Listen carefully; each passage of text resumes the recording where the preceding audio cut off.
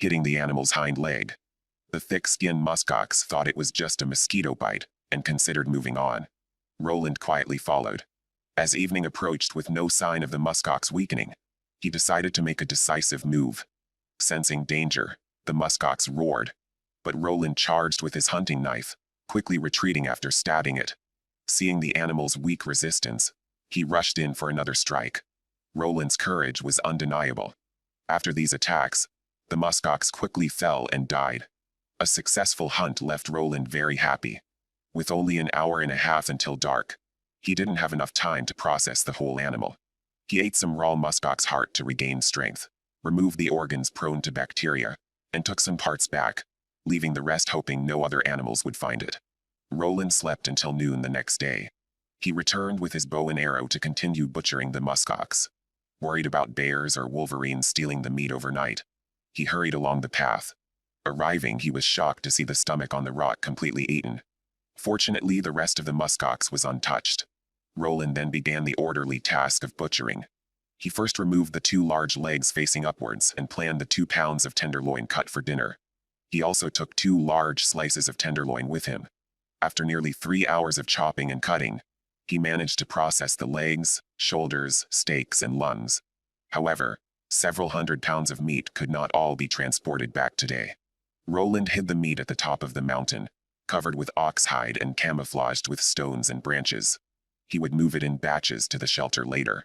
Switching to Indian contestant Amos, a black bear had visited his camp last night. This morning, he saw its droppings. Fearing the bear might enter the wooden house to steal smoked fish while he was away, he quickly made a stronger, more durable door. Then, he chucked his spike net, which had caught fish almost daily until today. To his dismay, the net was swept away by the waves, almost his entire food supply gone. Now, he had to return to the shelter and weave a new one. Fortunately, he had brought parachute cord to the competition. It took him 2.5 hours to make a new spike net, which he placed back at the original spot by the lake, over at Fisherman Mark's location. He had caught 7 or 8 fish and lake trout over the past few days. With no room in the shelter, he tied a horizontal beam in the tree and hung the fish in midair, hoping to keep them away from other predators. Like Amos, Mark's net was empty today. Considering the possibility that the fish had moved to warmer, deeper waters, he lowered his net by 3 meters. Then, he returned and used his socks as a towel to bathe himself with boiled water. The next day, he went to chuck the net, and saw fresh black bear droppings on the way, feeling a bad omen. Sure enough, the net was empty again.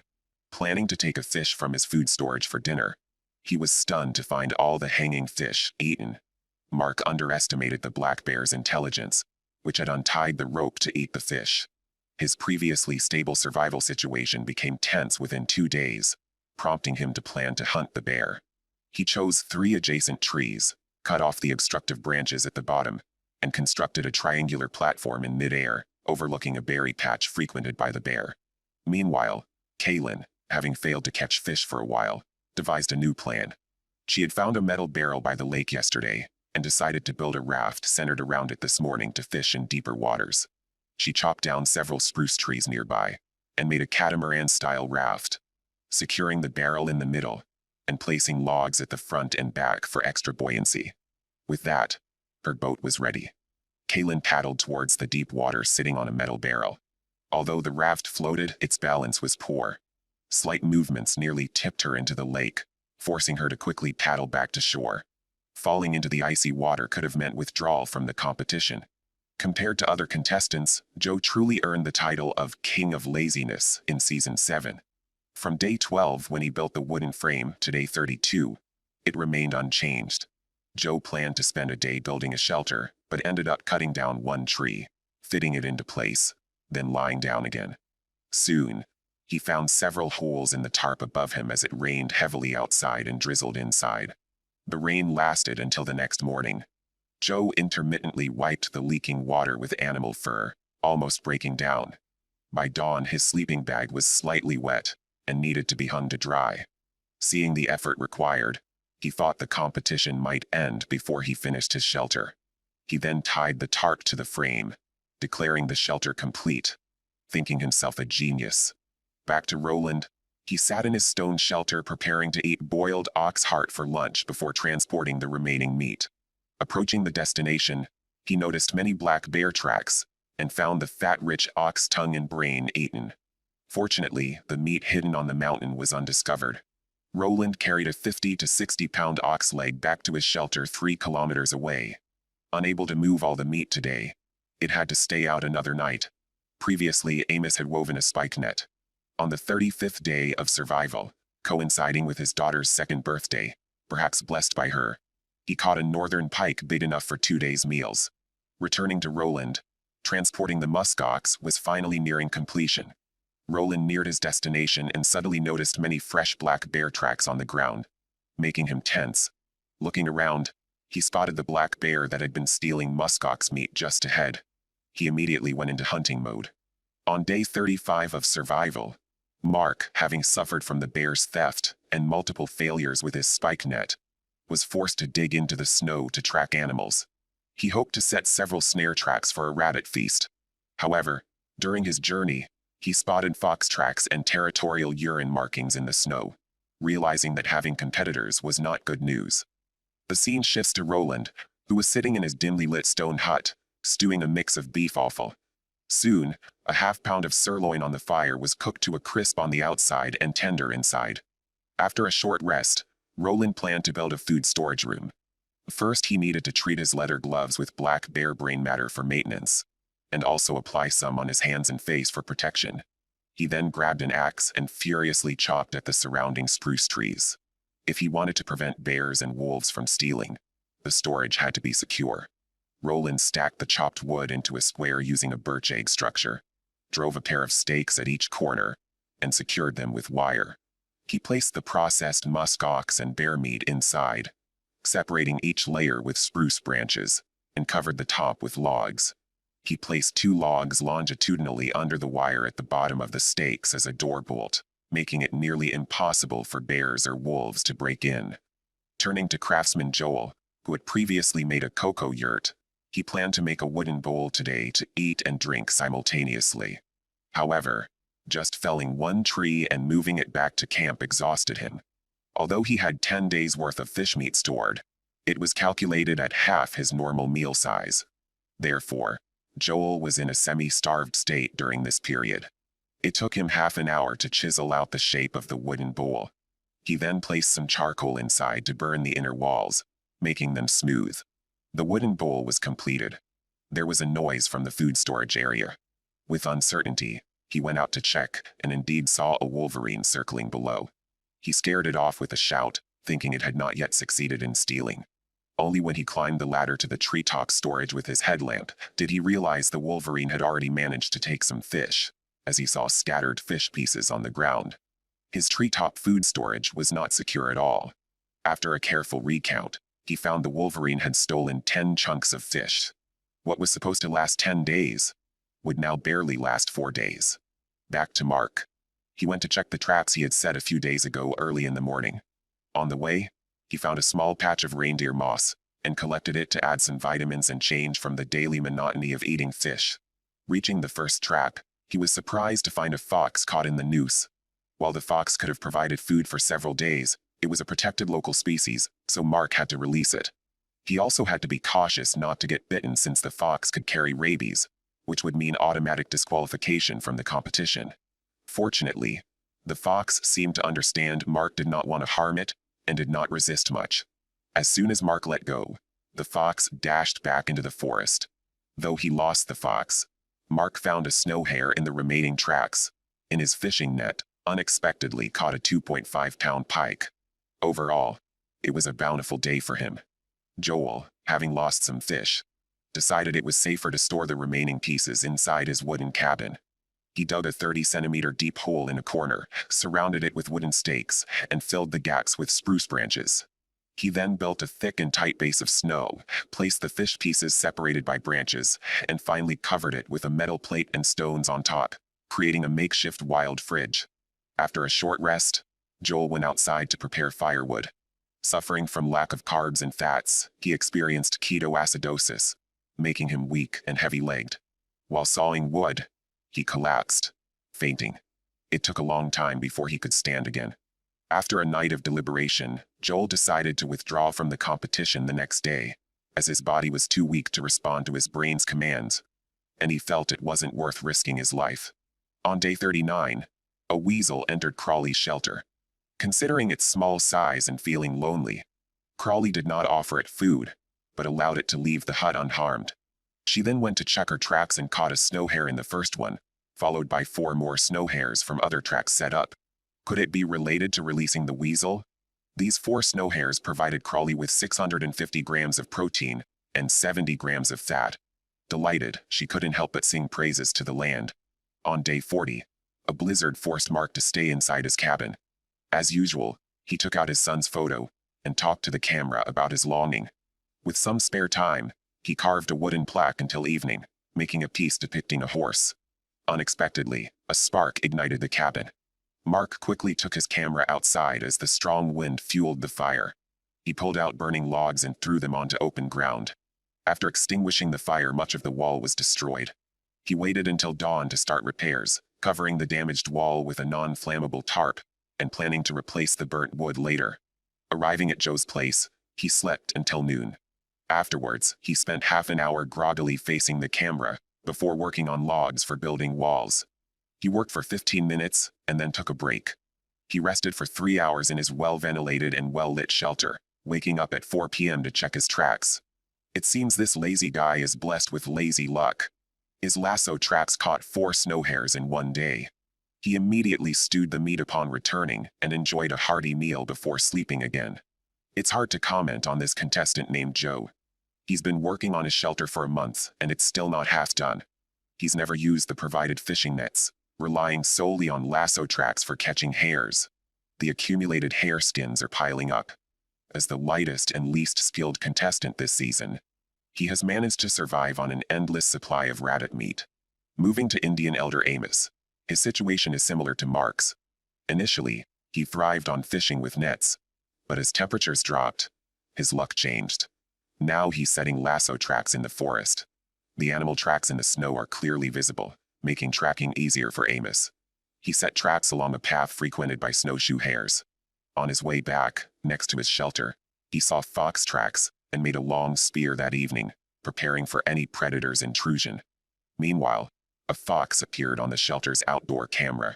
Soon after, Amos heard the cries of a snow hare, indicating it was caught in a trap. To prevent other predators from reaching it first, he quickly grabbed his newly made spear. Hearing Amos, the fox turned around and fled. Fortuitously, Amos was there first to dispatch the hare with a stick. The quick success of the trap was unexpected. At dawn, he took the hare to the lake, skinned it, and removed the organs, leaving 2 pounds of meat. After eating fish for a month, he was finally able to enjoy a different taste. As Amos returned to the camp, a fox, attracted by the scent, appeared on the beach. Unusually fearless, the fox came within 3 meters of Amos, ignoring his attempts to drive it away, and boldly followed the trail to where the hare was cleaned. After eating the discarded organs, the fox approached Amos again. This behavior was not just provocative, but outright disrespectful. Amos shot a blunt arrow at it, which wouldn't be lethal, but was enough to make it flee in pain. Now it's Kaylin's turn. Having never been away from her husband for so long, she deeply misses his embrace. After reflecting on this, she went to check her tracks. On the way, she spotted footprints, which gave her a bad feeling. Sure enough, when Kaylin reached the tracks, she found only remnants of hare fur and organs. Another trap was even worse, with only a few tufts of hair left. This situation deeply upset her, making her miss her husband even more. Fortunately, she still had some stored snow hare left to eat. Continuing with Joe, he was unsettled after hearing wolves howling during dinner, as he was the only contestant without a bow and arrow, leaving him to face the wolves with only an axe. By the next morning, everything was calm again, and he was slowly processing logs. Today was especially praiseworthy, as he usually processes 1 log and rests until the next day. But this time he diligently made 3 or 4 logs, nearly finishing half a wall. Now looking at Mark, the once proud fish king is now in a state of neglect. It's been 3 days, and he hasn't finished his cabin. He feels increasingly tired, and his mental state is deteriorating, sometimes even arguing with himself. This morning, He still felt hungry after eating half a fish, and couldn't understand why he felt constant hunger despite eating continuously. On day 44, a production crew's yacht broke the silence, indicating a contestant had withdrawn. As the cameraman landed, the focus turned to Joe. It was surprising that Joe withdrew without finishing the 4 snow hares he had caught. Joe mentioned that life was tough and his physical state couldn't keep up with the work and survival demands. We wish him well on his journey. Kaylin, after some mental preparation, managed to adjust her state. Today, her luck with the tracks improved. After losing 2 snow hares yesterday, nature gifted her 3 today, instantly clearing her gloom. Looking at the fat on the rabbit meat, she felt hopeful about lasting 100 days. On the afternoon of Joe's withdrawal, Mark, due to his poor physical and mental state, also called the production team to announce his withdrawal. By day 45, only 4 contestants remained. Roland, despite not worrying about food due to his successful hunting of musk deer, is concerned because the deer meat is very low in fat. He has lost 20 kilograms so far, and today scraped some fatty tissues from under the scalp, barely enough for 2 to 3 days fat intake. The situation for the other contestants is not optimistic either. Amos is down to 3 fish and nearing starvation. His fishing nets have been fruitless and have developed large holes over time. He plans to retrieve the nets and wait to use them once the lake freezes. On his way back, he saw wolf tracks outside his shelter, causing some panic.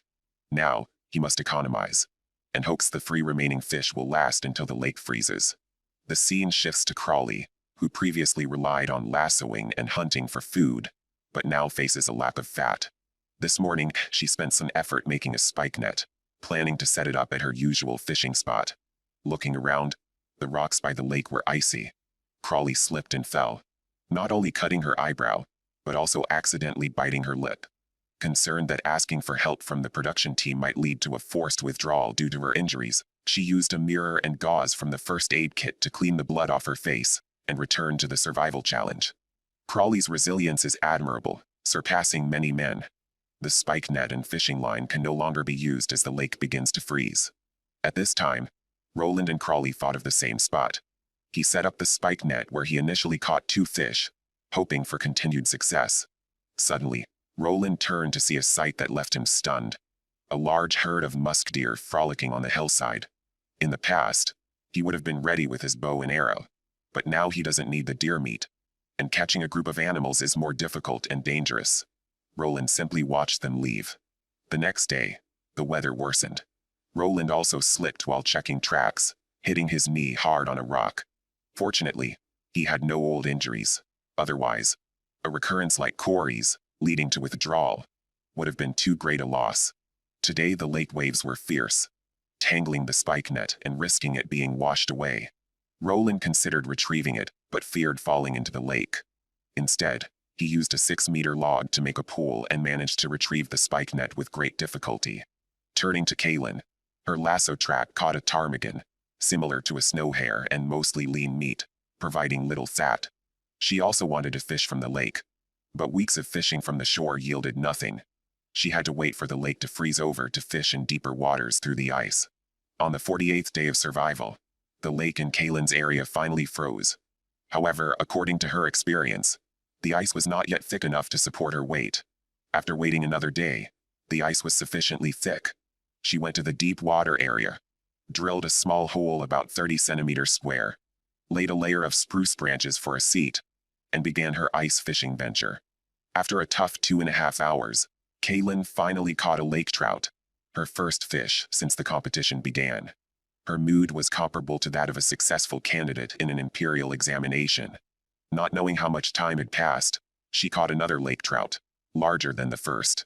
Kaylin felt that if things continued this way, she might be able to last 100 days and win the prize money.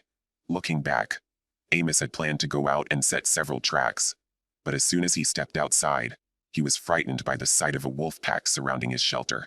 He counted 7 or 8 wolves, likely attracted by the fresh fish he had hung at the door. Fortunately, the wolves lingered for a few minutes and left without attacking Amos. But the scare was significant for him.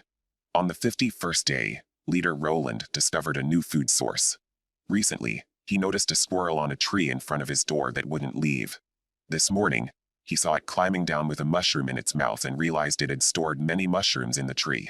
Roland chopped down the tree with an axe, seizing the squirrel's entire winter stash and storing the mushrooms in a leather pouch he made, filling half a bag. Turning to strong woman Crawley, the overnight heavy snow buried half of her lasso, making catching snow hares particularly difficult. She had to raise the lasso a few centimeters by feel to prevent it from being buried again. Previously, Crawley had trapped a porcupine den but never found it at home during her visits. Today, she planned to chuck again. Porcupines have fat, rich bodies, and the last one she caught lasted her a week. Catching this one could solve her current difficulties. She saw fresh bite marks on nearby trees, indicating the porcupine was still alive. Crawley set a lasso trap on its path, planning to return later to check it. After catching 2 fish, Kaylin's confidence soared. Today, she flexed her muscles for the camera and continued ice fishing. After waiting 3 hours, she caught a whitefish. But unfortunately, it escaped when she retrieved it too quickly. Kaylin was so frustrated that she jumped 3 meters high. Only this fish took the bait today, making her wonder if her beginner's luck had worn off. Amos still had half a salmon left. Seeing that the lake was slow to freeze, he polished some metal into shiny pieces, planning to try his luck by the lake tomorrow. A few days ago, Crawley set a trap at the porcupine den. This morning she went to check, expecting success, but found the trap pushed aside. She decided to risk crawling into the den. If she got stuck in the narrow crevice, she could freeze to death. Fortunately, she saw what she wanted. The porcupine was hiding deep within. Crawley drove it toward the back entrance, and then returned to the front to shoot it with an arrow. The porcupine died without knowing it would be tracked and shot in its own home. Crawley got what she wanted. The porcupine, weighing over 20 pounds, would completely turn her situation around, just as she had hoped. The porcupine, fatty as expected, was prepared for a feast. Unexpectedly, the liver was spotted with white, a sign of tularemia, posing a risk of infection if consumed. Faced with a dilemma, Crawley had to decide whether to eat the diseased animal to sustain herself, or risk continuing without it. Day 54. Challenge Amos took his fishing gear to the lakeside, knowing that the fish were in the deep water. He decided to try his luck anyway. Surprisingly, he got a bite within an hour, but like Kaylin, the fish escaped halfway through. No more bites came before nightfall. Kaylin still had 2 fish left from the day before yesterday, and didn't plan to go out for food today. She stayed inside her shelter to rest. While a fish stew simmered on the stove, she rubbed her feet clean. By the time her feet were clean, the fish was cooked. Kaylin savored the fish. She even licked her fingers clean after eating. Though she planned to rest, the ventilation pipe got blocked by snow, trapping smoke inside the shelter. This caused her much distress, with tears and a runny nose. She had been trying to improve her smoked meat techniques, suspecting that the local air pressure was affecting the smoking quality. By the next morning, Kaylin broke down emotionally. As the challenge progressed, the mental state of the participants became very sensitive. Sometimes, a small incident could be the last straw. Feeling close to his limit, he went back to the forest to retrieve his set lasso tracks, preparing to possibly quit the competition. Back to Amos, he had been without food for nearly 3 days. With no ice forming on the lake and feeling his body fat depleting, the fire was his only source of warmth. Eventually, he made the call to withdraw from the challenge. By day 64, the snow on the ground was increasing by 10 centimeters daily. Crawley's lasso tracks were still unsuccessful, and she had to reset them daily to prevent them from being buried. With little rabbit meat left, she considered eating the meat of porcupines known to carry tularemia. After a good cry, Kaylin released her emotions and decided to keep going. She dug a pit under the cabin to serve as a fireplace, which effectively improved the smoke ventilation. After fishing at the lake for 2.5 hours the next morning, she caught a fish. Her excitement was indescribable. It was enough food for several days. She took it back, cut it into several pieces, and alternated between meals to make it last for about a week. After eating, she took out the snowshoe frames she had made, and spent half an hour tying umbrella cords in various directions, crafting the shoe uppers. Her handiwork was quite impressive. Roland's days also became tougher. With the last few months expected to be the most challenging, he wanted to gather rose hips while they were still available. Unexpectedly, he found a porcupine eating the rose hips. Seeing the opportunity for a substantial meal, and considering the slow speed of the porcupine, Roland killed it with a stick. The porcupine was exceptionally fatty, providing much-needed fat for the winter. Type 72. Survival Challenge. Roland finished gnawing on the bones in his shelter, then started a bonfire outside. He roasted the porcupine over the fire to burn off the spiny hair, keeping the skin intact to preserve all the fat. That evening, Roland feasted on a large shank. Over the last 7 days, Crawley had lost 20 pounds and urgently needed to consume fat to maintain her weight. After much thought, she decided to go for the porcupine meat. Since she had already been exposed to a potentially infectious environment while processing the animal, and hadn't fallen ill, she believed it was preventable. Crawley stewed the meat over the fire, turning it frequently to ensure it was thoroughly cooked. When she finally tasted the fat, it was like a dry sponge soaking up water. She had been craving this meal for days. After eating her fill, she felt revitalized. Crawley also collected enough wood to keep the fire going at night. While gathering, she felt a sharp pain in her right shoulder and discovered a porcupine quill had embedded itself in her flesh. It was not a trivial matter, as it could cause internal damage if not removed. Fortunately, the emergency kit provided by the show included tweezers, which Crawley used to remove the quill. By day 75, Roland wanted to eat the last piece of brisket bone, but found that mice had nibbled away the fat on it. Now that fat was more valuable than protein, he quickly checked his stash of porcupine fat and buffalo bones. He was furious to find that the bones had been cleaned by the mice. He threw the remaining parts into a bag made from buffalo hide and hung it from the smoky ceiling to deter further theft.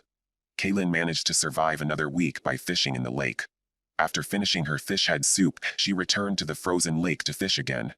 After 2 hours of waiting, she was about to haul in a fresh catch when it slipped off the hook. Frustrated, she broke down crying on the ice, overwhelmed by thoughts of giving up. By day 80, unable to bear the hunger any longer, Kaylin chose to leave the competition. By then, temperatures in the area had dropped below 30 degrees Celsius. Roland wore a wool coat and black bear gloves to stay warm.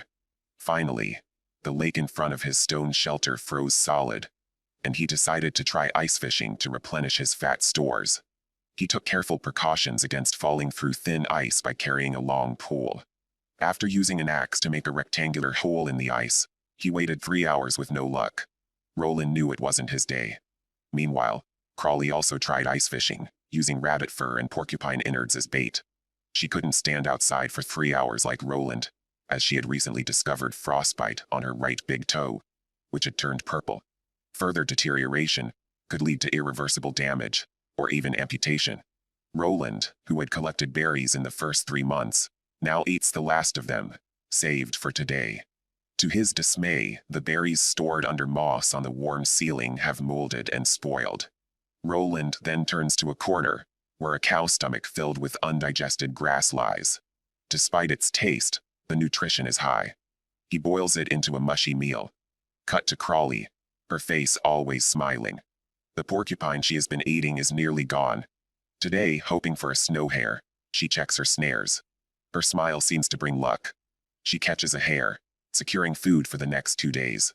Crawley cleans the hare at her shelter, fries it in porcupine fat, and enjoys the exceptionally tasty high-protein meal. Meanwhile, Roland is on the lake ready to break the ice for water when a blizzard suddenly hits. The visible tree line blurs into white. Needing water, he follows his footprints back to shore before they're covered by fresh snow. Crawley, undeterred, continues ice fishing but isn't as lucky as Kaylin. She doesn't catch a single fish. Her frostbitten toes force her back to the fire periodically. After the hare and porcupine are gone, she resorts to boiling bones for soup, which quickly becomes no different from plain water. By day 89, Crawley receives a message from the show's crew to stay in her shelter for a medical check. Soon a helicopter lands and a doctor arrives to assess her frostbite, which is progressing towards irreversible damage in a nutritionally poor environment. Following the show's rules, they terminate Crawley's challenge. She had maintained a great attitude throughout. Without the frostbite, she likely could have lasted 100 days. Now, only Roland remains. Tonight, Roland's meal is a bison hoof. Facing the last of the muskox meat, he ensures every part is utilized. The cooked hoof looks unappetizing and tastes like chewing a shoe sole, but it is nutritionally substantial. On day 92, Roland tries ice fishing again, but with the same luck as before. For the final days, he decides not to struggle anymore. He chops wood and splits firewood by day, spending nights by the fire, reflecting on his family and late mother. Finally reaching day 100, Roland carves the last mark on his calendar tree. The show's crew brings his sister Megan, and they embrace excitedly to celebrate his victory. Roland brings out a bone marrow he had been reluctant to eat, calling it butter found in the wild. Ultimately, Roland's exceptional courage and perseverance earn him the championship.